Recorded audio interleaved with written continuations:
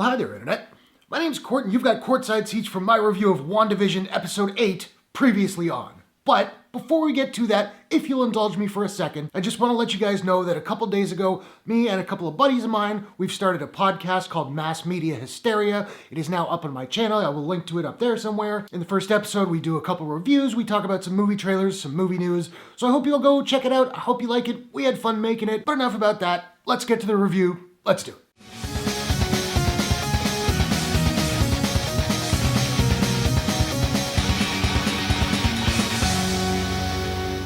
Welcome back to my ongoing review series of WandaVision. If you've been watching my reviews, you know that I'm really digging this show. This was a really sad episode. I did really like it. Kind of felt like I did about last week's though. Liked it a lot, didn't quite love it. But now, as per usual, I have to give my caveat.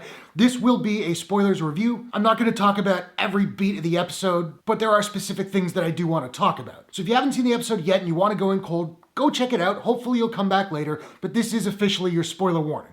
Cool? Cool. Moving on. With the cold opens title card reading Salem, Massachusetts, 1693, I was like, witch trials, I got chills, that was awesome.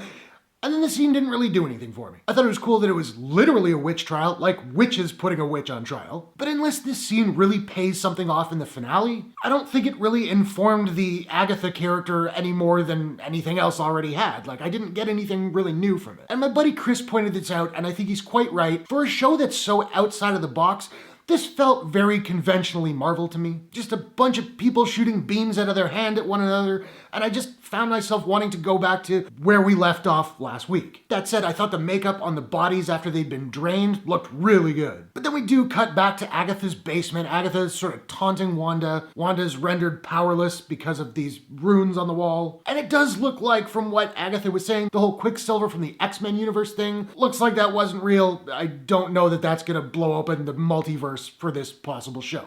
We'll see. I mean, Agatha even calls him fake Pietro, and then says, Fietro if you will, which made me laugh. That's a me joke. And I gotta say, when she starts throwing Wanda around, that was powerful. Like, I felt the impact of that. And then Agatha goes all Ghost of Christmas Past and starts walking Wanda through all of her past traumas, which again, so sad. We start in Sokovia with little Wanda and Pietro having TV night with their parents. I know a lot of people had the theory that the people in the commercials were her parents. Turns out no. But they're gonna sit down and watch an episode of the Dick Van Dyke Show. We also see that her father Oleg has a suitcase filled with DVDs of old sitcoms, including ones that this show is homaged, like Bewitched and Malcolm in the Middle. And somehow I knew this was gonna be the scene where the bomb goes off. I was waiting for it, but they timed it really well and it still completely startled me. Then we see the Stark bomb and learned that it never went off, not because it was a dud, but because Wanda sort of subconsciously used a magic that she didn't know she had to keep them safe. Eventually, we also learn that the Mind Stone is not what gave her her powers, it just sort of honed them. Then we see Wanda, when she's quite a bit older,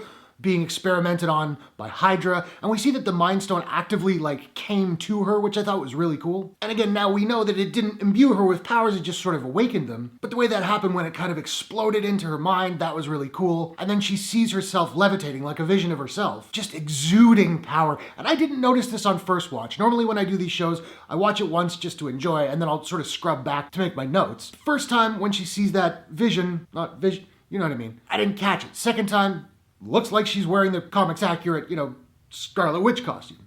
Cool. And I got a really strong Dark Phoenix vibe from this. Not the movie specifically, just the character, which admittedly I don't know that much about, so I could be way off, but that's kind of what I got. And we cut to a scene between Wanda and Vision that I imagine would take place shortly after the events of Age of Ultron. And this is clearly before the two of them were a thing. And Wanda is in full grief mode over Pietro's death. This was hands down my favorite scene of the episode. It was emotional, it was very quiet, and it was a complete meditation on grief. Bettany and Olsen, and more on her performance later, they're both absolutely wonderful in this sequence, and it's just beautifully written. Vision saying, what is grief if not love persevering? Oh my god, that might be the most profound poetic thing that has ever been said in the MCU, at least off the top of my head. And then, not to get too heavy, we get a quick shot of Agnes. It's a very subtle little moment, but she's just kind of going like,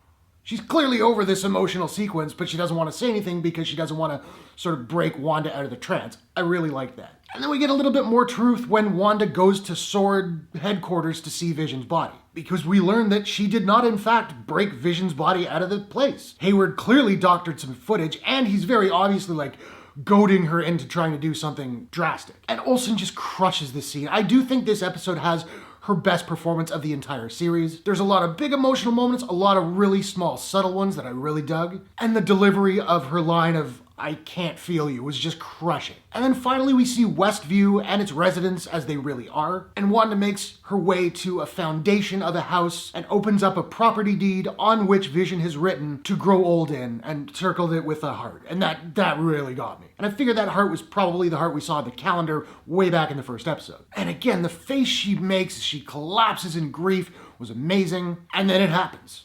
She creates her home, the Hex, this idyllic town. She manifests Vision, willing him into life. And the level of power shown is stunning. I love the score here as well. It's the same piece that played when she came out of the Hex to confront Sword back in episode 5, I believe it was. And it's villain music. And I'm pretty convinced at this point this series will end up with Wanda being a straight up villain. Then we go back to black and white. We see Wanda and Vision as they were in the first episode. He welcomes her home.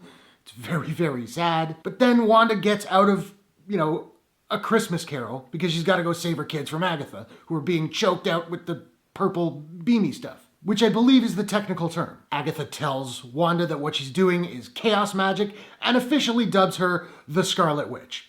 Great ending. And then we get surprisingly only the second mid-credit sequence of this entire series, where it's revealed that Hayward sent the drone into the Hex in the hopes that it would be imbued with Wanda's powers, which he could use to sort of essentially reanimate a new version of Vision. A Vision version. And it certainly seemed to me anyway, it looked like he was an evil one. A vile, vicious, villainous Vision version. So yeah, I really did like this episode. I did find the pacing a little bit slow. Part of that's probably because this episode's about 10 minutes longer than most. And again, I wasn't a huge fan of the cold open, but I do think I would say that this is the best acted and written episode of the series so far. I can't believe we only have one episode left, but I can't wait. So those are my thoughts on WandaVision, episode 8, previously on. Now I want to know, what did you guys think of the episode? What was your favorite moment of acting from Elizabeth Olsen in this one? Whatever your thoughts, hit the comments below. Let's discuss. If you enjoyed this review, please smash that like button and give it a share if you really enjoyed it. And hey, why not take a second, do me a favor, click subscribe and ring that bell to subscribe to my channel for more movie reviews, entertainment news, trailer reactions, WandaVision,